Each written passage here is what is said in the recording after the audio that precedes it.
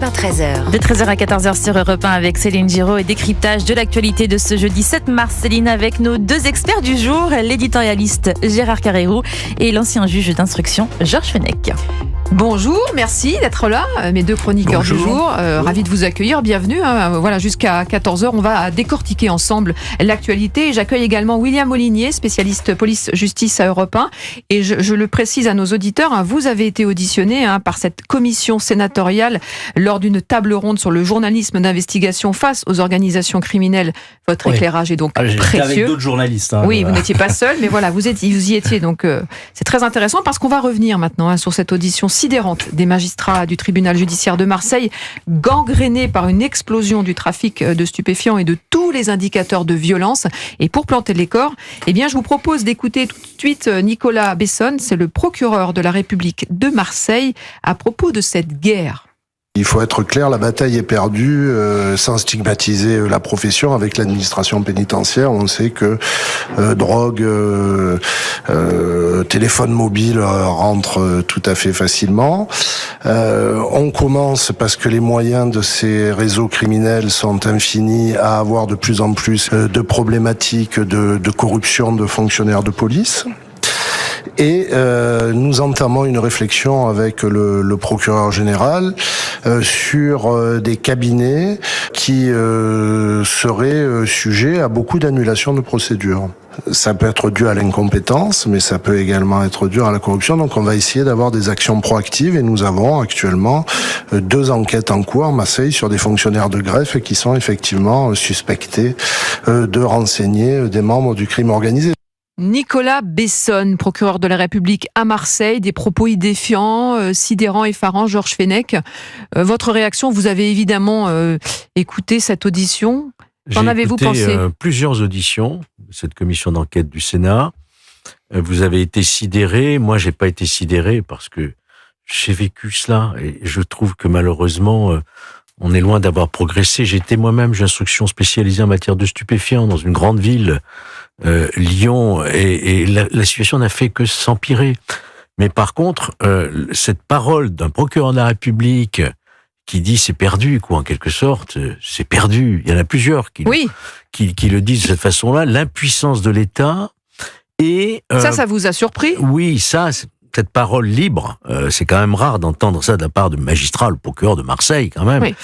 Et en plus, qui montre bien qu'on est en train de dériver vers on peut le dire, un peu un État narcotrafiquant, un peu comme au Mexique. Et je renvoie, moi, à l'interview qu'avait fait Laure Beccuot, procureur de Paris, au journal Le Monde en 2022, où elle disait il y a un risque que nous devenions un narco-État, au même titre que sont en train de devenir les Pays-Bas et la Belgique, c'est-à-dire de la corruption de fonctionnaires des douanes, fonctionnaires des greffes. On voit bien qu'on prend cette tendance-là, et ça, c'est gravissime. Georges Fenech, ancien juge d'instruction. D'ailleurs, dans votre livre, paru aux éditions du Rocher, L'ensauvagement de la France, la responsabilité des juges et des politiques, vous avez tout un chapitre sur cette ville de Marseille. On va en reparler. Oui.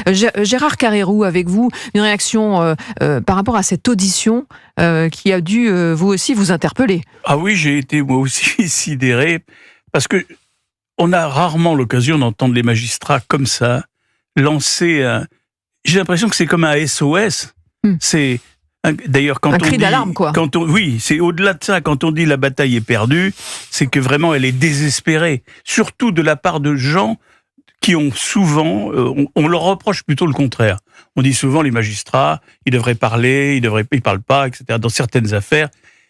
Là, il y a une sorte de courage et d'honnêteté intellectuelle qui s'explique par la gravité de la situation. Donc c'est un cri, effectivement, c'est un cri. L'entendra-t-on ? On en parlera. On en parlera dans quelques instants, évidemment. On reste ensemble et on écoutera notamment avec vous, William Molinier, un peu les coulisses de ces auditions, voilà, de ce qui s'est dit et surtout sur cette corruption qui est aussi latente et qu'évoque d'ailleurs ce procureur de la République. On reste ensemble, évidemment, chers auditeurs d'Europe 1. On vous entendra, vous êtes très nombreux à réagir sur le sujet dans quelques instants, dans une poignée de secondes. On est de retour, à tout de suite. Vous pouvez composer le 01 80 20 39 21 13h 14h. Giraud sur Europe 1.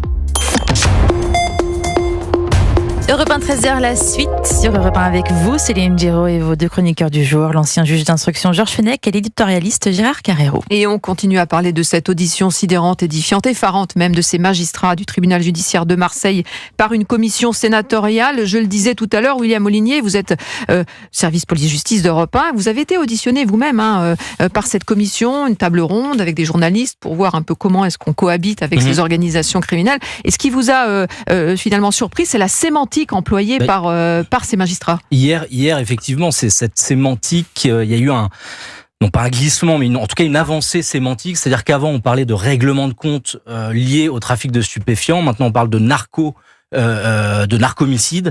On parlait d'une ville gangrénée par les trafics de stupéfiants. Aujourd'hui, on parle de narcoville.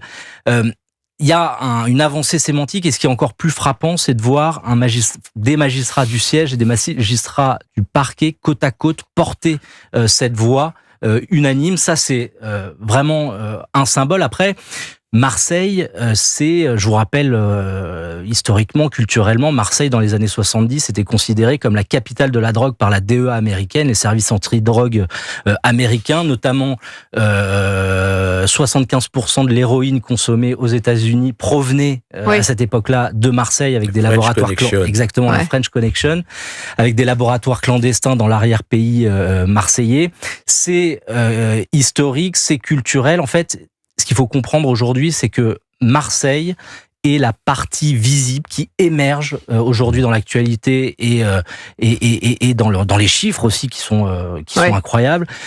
C'est la partie visible de ce qui est en train de se jouer un petit peu partout sur le territoire, français. Cette pieuvre qui gangrène finalement à la fois les villes, mais aussi les régions périurbaines, voire les campagnes. Marseille, épicentre d'un phénomène national, c'est ce qu'ont dit les magistrats. William Molinier, Gérard Carrérou avec nous et Georges Fenech. Et Anne, qui nous appelle, auditrice d'Europe 1. Bonjour Anne.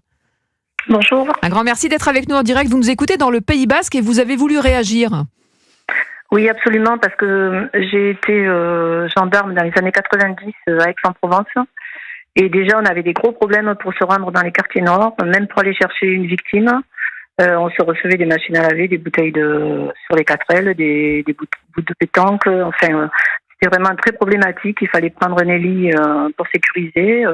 À l'entrée de la cité, il y avait un guetteur qui disait les keufs arrivent. Enfin, et je pense qu'en 30 ans, ça s'est pas arrangé, bien au contraire. Et je trouve même que cette commission, elle arrive un peu trop tard. Elle aurait dû être là il y a peut-être 10-15 ans en arrière, parce que ça s'est vraiment développé à une vitesse grand V.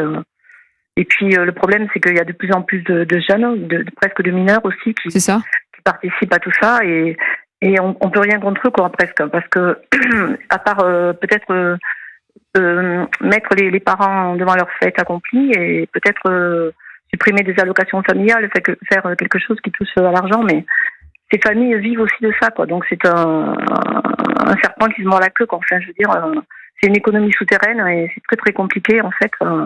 D'éradiquer tout ça, quoi. Et je pense qu'on va vers un avenir qui va pas être facile pour mes collègues gendarmes et policiers, et même pour les juges. Anne, merci beaucoup pour votre témoignage, vous qui nous écoutez dans le Pays Basque et qui êtes, je le rappelle, qui avez été gendarme à Marseille pendant près de 10 ans. Le constat, Gérard Carrérou, d'Anne, ça arrive peut-être un peu trop tard. Oui, alors les magistrats disent, au moins l'un d'eux dit la bataille est perdue, c'est foutu. J'ai entendu plusieurs personnes dire de toute façon c'est trop tard, c'est foutu. Moi, je crois pas que ce soit. D'abord, dans les situations humaines, c'est jamais complètement perdu. Moi, j'ai vécu dans ma carrière 2 situations où on avait des situations qui avaient l'air d'être désespérées et où il y a eu un redressement. Vous avez parlé, il y a quelques secondes, de la French Connection. Il y a eu cette période. Alors, beaucoup de nos auditeurs ont un peu oublié, parce que ça se passe dans les années où Pompidou est président de la République en France et Nixon président aux États-Unis. Ça paraît lointain, mais il y avait un problème majeur, comme vous l'avez dit, 75% de la drogue, etc., passait par Marseille, on l'a raffiné à Marseille, etc. Il y a eu les rencontres, moi j'étais dans cette rencontre, j'étais dans la caravane qui a suivi Nixon et Pompidou aux Açores, où ils ont parlé de finances et de ça. Et ils ont décidé de mettre en place un dispositif. Il y a eu, à la suite de ça, l'un des pontes de la DEA, la Drug Agency, qui s'occupait de la Enforcement Agency, qui est arrivé, j'oublie son nom, mais on en a beaucoup parlé dans la presse française, qui est arrivé, et il y a eu des moyens considérables. Et alors, je passe sur les détails, mais pendant plusieurs années, les magistrats, les policiers français, américains ont travaillé en commun, et on peut dire qu'on a démantelé pour un certain temps la French Connection. Je vous renvoie au film avec Gene Hackman, French Connection. Oui, c'est vrai. Premier exemple, donc, où on peut réussir quelque chose. Deuxième exemple, je vais être juste très court, New York. J'ai vécu New York dans les années 70-80, où pour la drogue, les gangs se flinguaient dans les rues de New York. On pouvait plus sortir, pas seulement de Manhattan, mais partout dans les 5 districts de New York, on pouvait pas sortir. Ah oui. Giuliani, qui était le responsable, le procureur général de New York, a décidé cette fameuse tolérance zéro. Premier coup, on vous donne une peine. Deuxième coup, troisième coup, vous restez en prison toute la vie. Ça a marché. Alors c'est pareil, ça a marché 20 ans. Aujourd'hui, à nouveau, ça repart. Mais je veux dire, quand on veut, et c'est une question de volonté politique, quand on veut, on peut. Gérard Carrérou, Georges Fenech, évidemment, reste ensemble. On va aller du côté de Marseille, justement, pour prendre la mesure du phénomène avec Frédéric Michel, qui est pour nous, pour Europe 1, dans les quartiers nord, dans le 15e arrondissement. Bonjour Frédéric. Vous avez pu échanger avec les habitants et c'est vrai que l'insécurité, c'est le quotidien de ces riverains. Oui, une population exaspérée, il faut bien le dire. Je suis dans le 15e arrondissement, pas très loin de la Castellane. On est dans les quartiers nord et je suis à quelques mètres à peine de la rue de Lyon, où vous avez un homme qui a été abattu dans la nuit du 25 au 26 décembre dernier sur fond de règlement de compte, sur fond de trafic de drogue. La 48e victime en 2023, 48 morts. Et c'est vrai que les habitants que j'ai pu croiser m'ont parlé de cette insécurité. Je croisais un jeune homme de 25 ans qui me disait je viens d'avoir ma maman, elle est allée à 1 kilomètre, il y a un marché, elle est allée il y a 1 kilomètre, mais j'ai tellement peur que je l'appelle régulièrement. J'ai rencontré un père de famille qui me disait que lui accompagnait ses enfants tous les jours quand ils avaient sport devant le gymnase et il venait les rechercher parce qu'il avait trop peur dans le quartier des différents trafics. Il n'y a pas que le trafic de drogue, il y a le trafic de cigarettes où les gens se rassemblent, où il y a du monde, mais évidemment le trafic de drogue gangrène toutes ces cités et pas seulement les cités, parce que malheureusement on l'a vu aussi et certains m'en ont parlé ce matin quand je suis venu les interroger en me disant mais il n'y a pas que chez nous, il n'y a pas que dans les quartiers nord, et oui on l'a vu aussi, même dans le centre de Marseille on a eu des règlements de compte. Il y a une peur, il y a aussi une incompréhension sur ce qui se passe, parce que beaucoup de gens m'ont dit nous on voit pas arriver les renforts de police, on voit pas non plus soi-disant les budgets qui sont alloués. Donc il y a vraiment aussi une défiance vis-à-vis de l'État, notamment, des élus locaux, oui, mais surtout, on vous dit, l'État ne fait pas grand-chose, l'État nous abandonne. Merci Frédéric Michel pour cette photographie du côté de Marseille, dans le 15e arrondissement, les quartiers nord. Je rappelle que cette commission d'enquête, d'ailleurs, aujourd'hui, se déplace à Marseille, aujourd'hui et demain. Et Jérôme Durin, le président de la commission d'enquête, dit merci pour cette vertigineuse promenade au bord du gouffre. Ils y sont au bord du gouffre aujourd'hui, les sénateurs. Georges Fenech, on le sent, voilà, il y a de l'intimidation, de l'insécurité, les stratégies d'intimidation et de terreur, c'est vraiment le quotidien de ces habitants aussi. Oui, qui le vivent. Ce qu'ont dit ce matin les magistrats de Marseille, d'autres magistrats pourraient le dire, que ce soit à Paris, à Lyon, à Toulouse, à Bordeaux, partout en réalité. Ce qui se passe en quelques points pour que vous compreniez pourquoi on n'est pas à la hauteur de ce combat. Vous avez des magistrats qui, chacun dans leur GIRS, comme on dit, les juridictions interrégionales, essayent de faire ce qu'ils peuvent avec les moyens insuffisants qui sont les leurs. Mais ça a été évoqué à l'instant quand les Américains ont mis en place la DEA, la Drug Enforcement Administration. Vous savez ce que c'est, ça, la DEA? Aux États-Unis, ce que ça représente? 3 milliards de budget, 12 000 agents, 80 bureaux dans 80 pays. Vous imaginez ce que ça représente? Nous, qu'est-ce qu'on a comme équivalent en France? On a la MILDECA. Vous connaissez pas? La MILDECA. Mission internationale de lutte contre les drogues et addictions, le tabac, l'alcool. Qui est présidée par qui? Par quelqu'un de très honorable. C'est un médecin qui vient du ministère de la Santé. C'est-à-dire qu'on a mis l'accent sur la problématique de santé.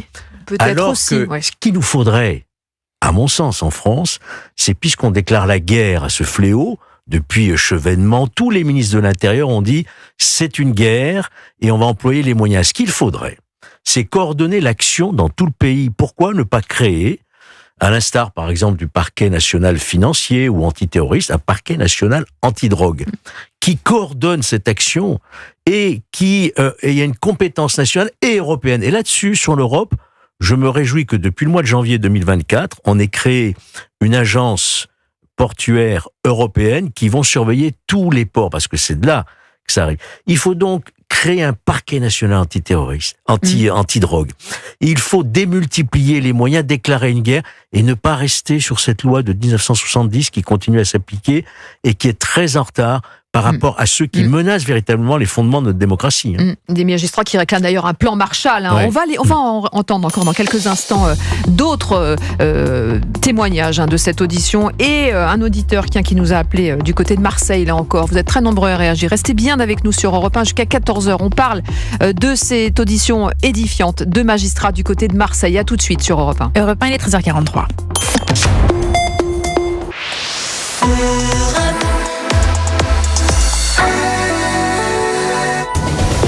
Europe 1, 13h. Merci de nous rejoindre sur Europe 1. Vous écoutez Céline Giraud de 13h à 14h. Vous réagissez aussi au 01 80 20 39 21. Céline, on vous retrouve avec vos deux chroniqueurs du jour. Aujourd'hui, l'éditorialiste Gérard Carrérou et le ancien juge d'instruction Georges Fenech. Et William Molinier du service police-justice d'Europe 1. Alors avant de vous entendre, on va réécouter justement Nicolas Besson, le procureur de la République à Marseille, auditionné donc par cette commission sénatoriale.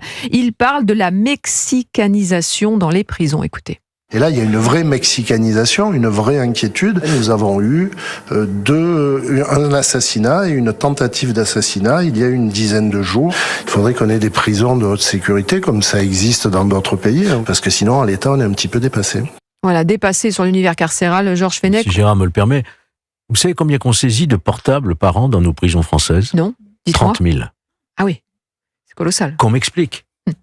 Par quelle opération du Saint-Esprit tous ces milliers, dizaines de milliers de portables circulent dans les prisons, ce qui fait que ceux qui sont condamnés, notamment pour les trafics de stupéfiants, continuent leur trafic depuis leur prison. On n'est quand même pas capable dans notre pays d'installer, de surveiller, d'installer des brouilleurs, par exemple, dans les prisons. Oui. Et je vous parle pas de la drogue qui circule également.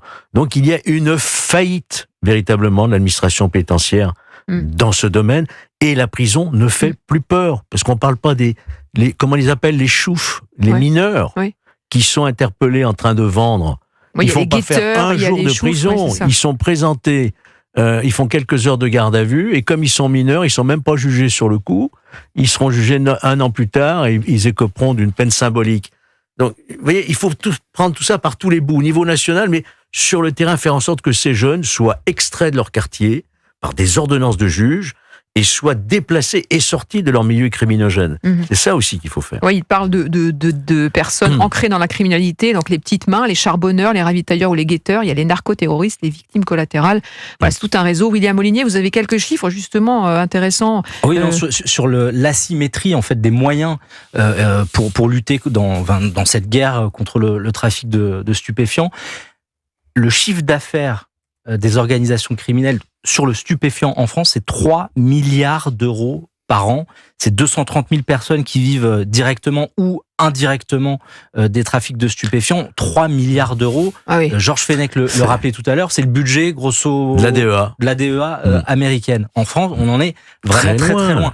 Au-delà de la question du budget et des moyens, je pense qu'il y a aussi une question là pour le coup, de procédure pénale.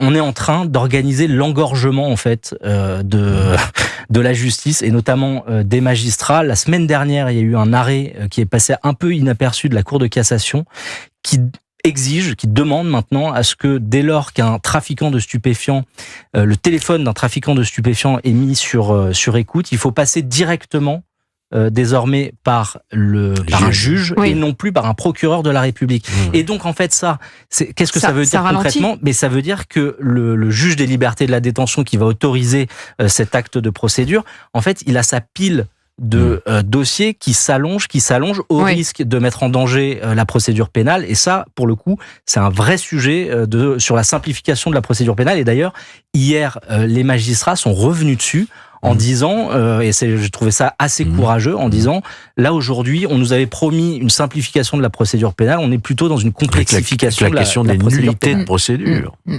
Gérard Carrérou. Oui, je partage ce que vient de dire Georges Fenech, ce que vous avez dit également. Avant de parler même, comme le demandent les juges de Marseille, de prison de haute sécurité, il faudrait quand même se dire qu'on manque déjà au moins de 30 000 places de prison normales qui n'ont pas été construites, malgré les fausses promesses, puisqu'on nous en avait promis. Depuis que le président Macron est président, ça veut dire 7 ans, il y avait eu des promesses pour environ 15-17 000. Il y en a eu entre 2 et 3 000. D'après les derniers chiffres. Donc déjà, avant de parler de prison de haute sécurité, il faudrait construire des prisons. Et vous avez vu Gérard à Marseille, oui, Georges Fenech. Ce que vous dites, le procureur de Marseille a donné ce chiffre hallucinant. 188%. 188% de taux d'occupation. Quand j'ai vu ce chiffre au Beaumet, comment voulez-vous, alors qu'est-ce qu'on dit aux juges? Et tu as été un juge quelques années, enfin un certain nombre d'années avant d'être magistrat, avant d'être, parlementaire. Et si on ne peut pas mettre les gens en prison parce qu'il n'y a pas de prison, ça sert à rien de les condamner. Et on dit aux juges, attention, faites autre chose que des condamnations à de la prison puisqu'il n'y a pas de prison. Donc on est dans ce cercle. Donc quand nos juges, qui sont formidables, puisqu'ils ont dit des choses étonnantes, quand nos juges disent aujourd'hui, devant la commission parlementaire, il faudrait un plan Marshall. Évidemment, il faudrait commencer par un plan Marshall pour des prisons. Mais que disait M. Dupond-Moretti? Moi, je l'ai interviewé ici à Europe 1 il y a quelques années, quand il était encore le grand acquittateur. Qu'est-ce qu'il disait? Il disait, moi, je suis contre les prisons. Évidemment, il n'avait de but que de sortir les gens et éviter la prison. C'était son boulot d'avocat. Mais aujourd'hui, il est garde des Sceaux. Mais il a gardé la même philosophie. Prison, c'est la prison de Victor Hugo. Il vaut mieux construire des écoles que des prisons. C'est de l'angélisme qui est totalement à contre-courant de l'évolution de la société. C'est de l'idéologie. Un auditeur, Franck, qui nous appelle, qui nous écoute dans les Vosges. On va l'écouter. Bonjour Franck. Oui, bonjour. Merci infiniment d'être avec nous en direct, Europe 1, 13h. Vous vouliez réagir? Ouais, moi je voulais déjà vous remercier pour le sujet abordé. C'est enfin un coup de pied dans la fourmilière. Peut-être qu'il faut espérer que ça fasse boule de neige. Et puis vos intervenants, donc Georges Fenech, M. Carrérou, ont des témoignages vraiment intéressants. Et la comparaison avec les autres pays est judicieuse. Et alors sans en arriver jusqu'au Salvador, qui a vraiment un traitement radical, mais néanmoins efficace. Je crois que la population là-bas sur place est ravie de ce qui se passe et n'appelle pas ça une dictature d'ailleurs. Et il y a un autre pays qui me semble intéressant, c'est le Japon. Oui. Et vous-même, Céline, je crois que dans votre carrière de judokate, peut-être que vous êtes allée au Japon. Oui, c'est vrai. J'ai pas été en prison là-bas, mais sur les tatamis. J'étais sur les tatamis, mais oui, je connais bien le Japon. Non, mais en revanche, vous pouvez peut-être témoigner. Alors moi, j'y suis jamais allé, mais de l'avis de connaissances qui ont visité le Japon, vous pouvez peut-être témoigner du grand sentiment de sécurité qu'il y a apparemment là-bas. Je confirme. Effectivement. Mais c'est vrai que ça, c'est une autre mentalité. Qui n'est pas dû au hasard. Qui n'est pas dû au hasard. Bon, qui est dû à une culture, certes, mais il y a aussi une véritable répression là-bas. Et là-bas, la prison fait peur. Elle fait vraiment peur. Et il y a autre chose au Japon, c'est que il y a quelque chose qu'on ne fait pas en France, c'est-à-dire qu'on pénalise lourdement les consommateurs. Et en France, c'est pas vraiment le cas. C'est-à-dire que moi, je déplore souvent d'entendre sur les antennes, dans des émissions de variété, des animateurs ou des artistes qui font encore très récemment, qui parlent de la consommation de drogue passée pour la plupart, donc mais comme quelque chose de récréatif, on en parle toujours avec le sourire. Douce, oui. Ouais, voilà, mais ils se rendent pas compte. Ils oublient de regarder, c'est le cheminement de cette drogue, quoi. Donc vous, ce que vous préconisez, ce serait de taxer plus sévèrement les consommateurs et pas seulement les. C'est-à-dire, je crois qu'actuellement c'est quoi? C'est 200 € si on prend un consommateur, c'est quelque chose comme ça. Oui, c'est ça, à peu près. Il faudrait que ce soit 1 500 à la première prise, 3 000 à la deuxième, 5 000 à la troisième. Oui. Je pense que attaquer au portefeuille. Merci beaucoup, en tout cas, Franck, pour cette proposition. Effectivement, et d'ailleurs, on peut en discuter avec vous, Georges Fenech. Sanctionner les consommateurs, c'est ce qui se fait au Japon, effectivement, de façon efficace. Ce qu'il faut voir, c'est que... Merci beaucoup à Franck. C'est une submersion, on ne peut plus traiter ces affaires. si on commence à sanctionner tous les usagers, on ne s'en sortira pas. C'est pas possible. C'est pour ça d'ailleurs qu'on s'est résolu finalement à faire une amende forfaitaire de 200 €, alors que la loi prévoit 1 an d'emprisonnement quand même pour l'usage de trucs.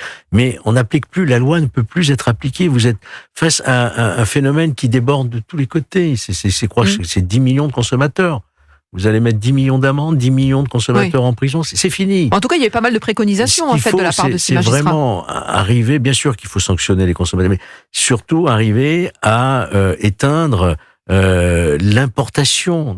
On sait d'où ça vient. On le sait très bien que ça vient du Maroc, que ça passe par les Pays-Bas. On connaît les zones. Filières. C'est ça. Il faut s'attaquer à l'importation, à ceux qui dirigent depuis Abu Dhabi, depuis Casablanca ou ailleurs, toutes ces importations qui nous arrivent et mettre le paquet sur la surveillance portuaire et douanière. Gérard Carrérou. Oui, il y a un point qu'on n'a pas abordé, mais on n'arrivera à rien dans cette lutte majeure contre la délinquance et la drogue à Marseille ou dans toute la France, puisque le cancer est en train de se répandre dans toutes les villes grandes et moyennes et petites même de France. C'est le lien auquel se refuse le pouvoir en place entre la drogue, la délinquance et l'immigration. Or, tous les chiffres donnés par les magistrats montrent que c'est des taux qui arrivent à 70, 80, au-delà de 80%. Ceux qui sont tous les salariés de la drogue, les guetteurs, tout ce que vous connaissez tous les noms, vous en avez rappelé quelques-uns, ceux-là, c'est le fruit, effectivement, ce sont des étrangers en situation irrégulière, des mineurs absolument en situation irrégulière ou qu'on ne peut pas expulser. Donc si on ne fait pas un lien entre l'immigration incontrôlée, massive, et la drogue et la délinquance, on n'arrive à rien. Le seul qui l'ait fait du bout des doigts, avec un certain courage politique, c'était Darmanin, le ministre de l'Intérieur, mais le président de la République, le Premier ministre, ils sont aux abonnés absents. Dès qu'il s'agit de mettre le trait d'union entre délinquance, drogue et étrangers en situation irrégulière, personne ne veut le faire. C'est un chantier colossal. Voilà, on va devoir arrêter, mais voilà, on poursuivra évidemment le débat sur notre antenne. Merci infiniment, Georges Fenech, Gérard Carrérou, William Molinier. Merci à vous. Pour ce décryptage de l'actualité. On se retrouve évidemment demain pour de nouvelles aventures. Et tout de suite avec vous, Géraldine Amont. Oui, c'était Céline Giraud de retour demain entre 13h et 14h. Et notez qu'à l'occasion du 20e anniversaire de la disparition de Claude Nougaro le 4 mars 2004, eh bien, Europe 1 rend hommage au chanteur. Rendez-vous ce week-end. Ne ratez pas, samedi et dimanche de 21h à 22h, 2 émissions spéciales iconiques Claude Nougaro présentées par Joe Hume avec un beau programme, des archives inédites d'Europe 1, des invités exceptionnels comme Yvan Cassard, Olivia Ruiz, Hélène Nougaro et Thomas Dutroux notamment. Le rendez-vous est pris 21h 22h samedi et dimanche, iconique Claude Nougaro sur Europe 1 bien évidemment. Et votre après-midi se poursuit avec Christophe Ondelat, 14h-15h en Ondelat raconte juste après les infos de Cédric Chasseur. À tout de suite.